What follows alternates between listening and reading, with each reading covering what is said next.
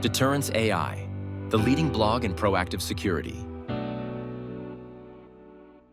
All right, welcome to another deep dive. This time we're talking all about keeping your home safe and sound in 2025, right? That's right. And you know what? We're going to dig into this guide you gave us, The Ultimate Guide to Residential Security Systems in 2025 Right. by Robert Taylor. We're going to pull out all the good stuff, the things you need to know to make the best choices for your own home security setup. It's a really exciting time for home security, actually. Is it? It is. The tech is just changing so quickly. Oh, right. What was considered really cutting edge, like just a few years ago, is becoming like the standard now. So things have changed a lot since those old clunky systems. Oh, absolutely. We've gone from mostly those hardwired systems to it's all wireless now. Okay. That's dominant, which is really cool because it gives so much flexibility and it's easy to install. Right. And it's just opened up a whole new world of possibilities. Hold on, wireless? Yeah. But doesn't that make them easier to hack or something? That's a very common question. But modern wireless systems, they use really advanced encryption to keep everything safe and sound, your data safe. Yeah. They've got multiple layers of security to stop anyone getting in who shouldn't be. Yeah. And the other thing is, a lot of them now offer cellular backup as well. Oh. So even if the internet drops out, your system stays online. Okay, so it's still connected. Yeah, it's still connected, Yeah. so that's good. Well, that makes me feel a little bit better. Yeah. What else is new, apart from going wireless? What's sort of new and cutting edge? Well, one of the biggest things is the use of AI, artificial intelligence, Oh, wow. in security. Now, we're not talking about robots like walking around your house patrolling. Yeah. It's more about intelligent systems that can look at what's happening and make decisions based on what they learn. So super smart cameras and stuff. Exactly. Think about it. You could have a camera that can tell the difference between a real threat, like someone's actually trying to break in, and something harmless, like your cat walking around at night. Okay, yeah. That means way fewer false alarms. That's good. And, in the beginning you mentioned wanting to keep an eye on your backyard for wildlife. Exactly. That's perfect. Yeah. You wouldn't want to get an alert every time a possum walks past, would you? No, exactly. And AI is getting really good at understanding patterns and figuring out real threats. It's making security systems more proactive rather than just reacting all the time. Proactive. Okay, so the guide actually mentioned this shift from reacting to break-ins to actually trying to stop them before they happen. Yeah. How does that even work? Well, think of it this way. Those old alarms, they're reactive. Okay. They go off after the break-in's already happened. But newer systems, they're all about prevention. I like the sound of that. How do they do that, though? It's a combination of tech and strategy. Having cameras that people can see, that's a good deterrent. Makes burglars think twice. And then you have things like motion-activated spotlights, suddenly flooding a dark area with light. Oh, yeah. That can scare someone off pretty quick. I bet, yeah. So it's about making your home look less appealing to burglars. Is that what you're saying? Absolutely. Burglars, they want easy targets. If it looks like your house is well protected, they're probably going to move on. Okay, let's break down what makes up a modern security system, then. The guide talked about a few key parts. Yep. Where do we even start? Well, the control panel is the brain of the whole operation. It connects everything together and lets you control it all. Okay. So is a control panel just like a fancy screen or something? It's way more than that. You've got touchscreen controls. You can arm and disarm the system, see what the cameras see, and you can customize all the settings. And you can also access it remotely from your phone or your computer. So I could be on holiday and still see what's going on. Exactly. Anywhere in the world. Wow, that's handy. Anything else I should know about this control panel thing? Well, it's important that it has a battery backup and cellular connectivity. Okay, why is that so important? Because that means it'll keep working even if the power goes out or if your internet's down. And you want your security system to be reliable, especially in an emergency. Yeah, that's a good point. I had not thought of that. And then there's the sensors. They're like the eyes and ears of the system. They're placed around your home to pick up on any unusual activity. Okay, so break down the sensors for me. What different kinds are there? Well, the most common ones are door and window sensors. They go on entry points, and if a door or window opens when it shouldn't, they trigger the alarm. Makes sense. And what about motion detectors? Yeah, motion detectors are great for covering bigger areas. Yeah. They use infrared or microwave technology to sense movement. And the really cool thing is they're pet immune. Pet immune. Yeah, they can tell the difference between a human and your dog or cat. Well, that's a relief. I wouldn't want my dog setting off the alarm every time he walks past. No, exactly. And the guide also mentioned glass break sensors, right? Oh, yes. They listen for the specific sound of breaking glass, so you get extra protection against someone smashing a window. So they're like tiny microphones. Kind of. Yeah. They pick up those specific sound frequencies, but they ignore other noises that might cause a false alarm. Clever. Okay, are we done with sensors yet? Almost. There are also environmental sensors. These are less about intruders and more about protecting your home from other dangers. Like what? We're talking about things like smoke detectors, carbon monoxide detectors, flood sensors, even freeze sensors. Freeze sensors. Yeah, they detect when the temperature drops suddenly, which could mean a burst pipe or your heating's failed. Wow. It's all about giving you an early warning before things get really bad. So it's not just about break-ins, it's about looking after your home in all sorts of ways, isn't it? Exactly. It's about protecting your home from any kind of threat, really. Okay, we've got the control panel, we've got the different sensors. What else is there in a modern security system? Well, security cameras are becoming more and more popular, and they're getting pretty sophisticated, too. Okay, yeah. They let you see exactly what's happening in your property, Yeah. which gives you a lot of peace of mind. Aren't security cameras a little bit, Big Brother-ish? It's a valid concern, and we should definitely talk about the ethical and legal side of things later on. Okay. But from a security point of view, they can be a huge help. All right, tell me more about these cameras then. What kinds are there? You've got your indoor cameras, good for keeping an eye on things inside, Right. and then outdoor cameras, which are weatherproof and can handle being outside.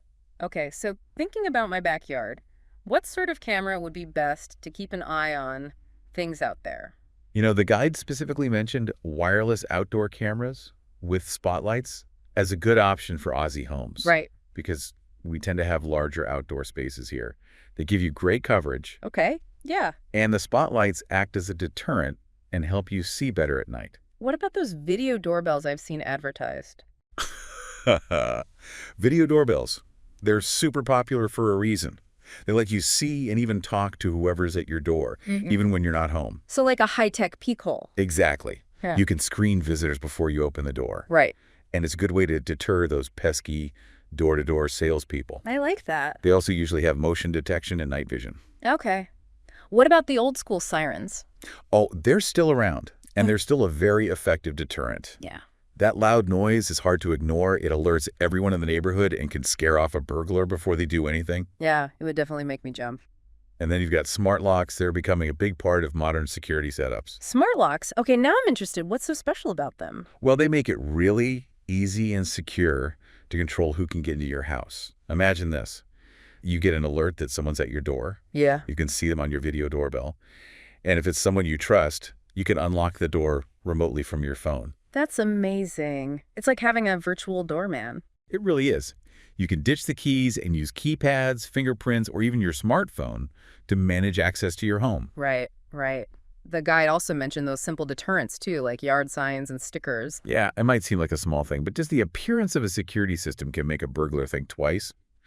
They want easy targets, so if your home looks well protected, they're more likely to go somewhere else. It's a bit of a mind game then. Exactly. All right, I'm really starting to get the picture of how all this works together. Ugh. But I am curious about one thing, though. How does all this security stuff connect with the whole smart home trend? That's a great question, and something we'll definitely explore more in the next part of our deep dive. Okay. But basically, security systems in smart homes are becoming more and more integrated. You get this really seamless, connected experience. Give me a little sneak peek then. What can I expect? Well, imagine controlling your whole security system with just your voice, automating tasks, setting up personalized scenes for different situations. You can even have lights turn on automatically if motion is detected. Okay, now you're talking my language. I can't wait to learn more about that. We'll definitely get into all the details. But before we do, there's one more big question we need to talk about. Okay. Professional monitoring versus self-monitoring. Right. What are the differences and which one's right for me? Big questions. Big questions. And we'll answer them in the next part of our deep dive. Excellent. Can't wait. Okay, so we've talked about all the cool tech, but now let's get practical. You mentioned wanting to keep things budget-friendly. Yeah. So DIY or professional installation, what's the verdict? That's a big decision, right? Yeah. And the guide does a really good job of laying out the pros and cons. Okay. It depends on you, really. Well, I'm all about saving money, but I'm not exactly a tech whiz. Well, if you can follow instructions and you like a bit of a challenge, DIY could be a great option. And yeah, you can save a lot of money up front. A lot of these systems now are designed to be super easy to set up. Okay. You get clear instructions, helpful videos. There's even online forums for support. So I could actually install the whole system myself. Yeah, absolutely. Lots of people love the feeling of taking control of their home security, doing it themselves. Right. But as the guy says, you are responsible for making sure everything's installed properly. What if I mess something up? Well, most DIY systems come with warranties, so you're covered if there's a fault with the equipment itself. Okay. But they might not cover damage you caused by installing it wrong. That's fair enough. What about troubleshooting? Like if I get stuck? Well, that's where those online resources and support forums come in. Okay, yeah. Most DIY companies have pretty good customer support. Yeah. You can usually find answers to common questions. Right. Or you can even chat with a technician online if you need help. So it's not like I'm completely on my own? No, not at all. And the tech's getting better all the time. DIY systems are becoming more user-friendly. Okay. Some of them even have guided installation steps right in their app now to make sure you get everything right.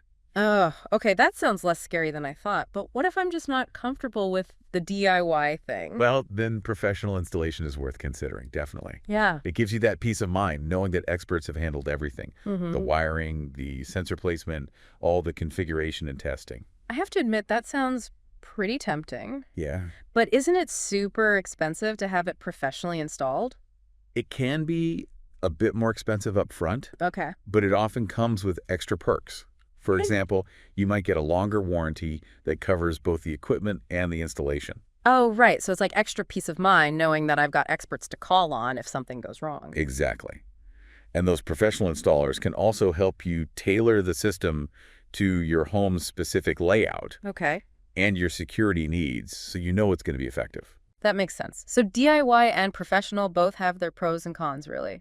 It comes down to what suits me best, my budget, my skills. Exactly. There's no one-size-fits-all answer. It's about figuring out what works for you. Okay, I'm feeling more confident about that decision now. Good. But before we move on, let's talk brands. The guide mentioned a ton of them. Yeah, it can be a bit overwhelming. Yeah. But remember, the best brand for you depends on whether you go DIY or professional. Right. Well, I'm leaning towards DIY, and Yeah. you know I'm trying to keep costs down. Yeah. So are there any brands that stand out for that kind of approach? The guide highlighted a couple: Simple Safe and Abode. Okay. Simple Safe is known for its easy-to-use systems, Okay. affordable prices, and flexible monitoring options. You can choose self-monitoring or professional monitoring without signing a long contract. No contracts. That's good. What about Abode? Abode's another great choice for DIYers. Okay. They have a wide range of devices. They work well with other smart home stuff. Okay. And you can add professional monitoring later on if you want. Okay. Simple Safe and Abode. I'll definitely check those out. Any other brands I should know about just to get a sense of what's out there? Sure. For professional installation, ADT is a big name. They've been around for ages. Yeah. And they've got a huge network of technicians. They offer all sorts of systems and monitoring plans to suit different needs and budgets. Okay. ADT. What about those video doorbells? Well, Ring is a big player in that market. Okay. They're owned by Amazon. Oh, right. And they have a wide range of video doorbells, as well as security cameras, alarm systems, even smart lighting. Wow. They do everything. Yeah, they do a lot. So Ring for doorbells, ADT if I go pro. That's a good starting point. Yeah, that's a good start. But remember, do your research. Okay. Compare all the features, read reviews, think about pricing, customer support, warranty coverage, all that good stuff. I will. But before we move on, can we circle back to something you mentioned earlier, the ethical and legal stuff about security cameras? Of course, that's really important. Yeah. You need to be aware of the laws around video surveillance here in Australia. Right. And anywhere else your cameras might be recording. Okay. What do I need to know, legally speaking? Well, we have the Privacy Act of 1988 here in Australia, which covers data privacy and video surveillance. The main thing is you have to be transparent about using security cameras and get informed consent from anyone being recorded, especially if you're recording audio as well. Informed consent. So do I need to get permission from everyone who walks past my house? Not necessarily everyone walking down the street, but you do need to think about where your cameras are pointing and what they're recording. Okay. Yeah. If you're capturing footage of public areas or your neighbor's property, then you need to be really careful. So how do I handle this consent thing? Signage is crucial. Okay. Let people know they're entering an area where they might be recorded. You can also tell them directly or use signs that say whether audio is being recorded. Okay, signage, notifications, got it.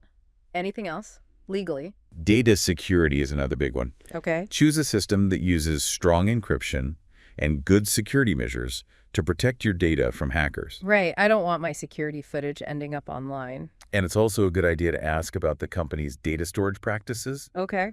and make sure they comply with Australian privacy standards. So basically, I need to be sure they're handling my data responsibly. Exactly. It's about protecting your home and your privacy. Got it. So security is important, but so is respecting people's privacy and knowing the rules. It's all about finding that balance. Are you ready for some FAQs then? Yeah, bring on the FAQs. I bet these are questions everyone's thinking about. Okay. It's FAQ time. We've covered a lot, but I'm sure you still got questions. Oh, I bet. And luckily, this guide has answers. Let's dive into some of the most common ones, those things everyone wants to know. Sounds good. Let's do it. Okay, first up, the big one. What is the best type of security system?